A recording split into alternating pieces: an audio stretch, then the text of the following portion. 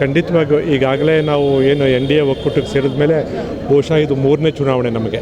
ಈಗಾಗಲೇ 2 MLC ಚುನಾವಣೆಗಳಾಗಿದೆ, 1 ಲೋಕಸಭಾ ಚುನಾವಣೆ ಆಗಿದೆ.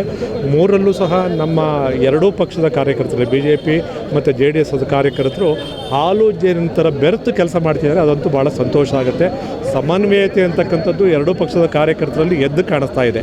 ಇದನ್ನು ನಾವು 2019ರಲ್ಲಿ ಈ ಒಂದು ಸನ್ನಿವೇಶವನ್ನು, ಈ ಒಂದು ಸಂದರ್ಭವನ್ನು ನಾವು ನೋಡಿರಲಿಲ್ಲ.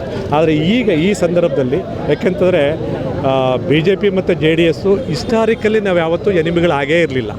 ನಾವಿಬ್ಬರೂ ಸಹ ಒಂದೇ ಒಂದು ಕಾರಣಕ್ಕೋಸ್ಕರ ಕಾಂಗ್ರೆಸ್ಸನ್ನು ಎದುರಿಸ್ಕೊಂಡು ವಿರೋಧಿಸ್ಕೊಂಡು ನಾವು ಬೆಳೆದಂಥವ್ರು.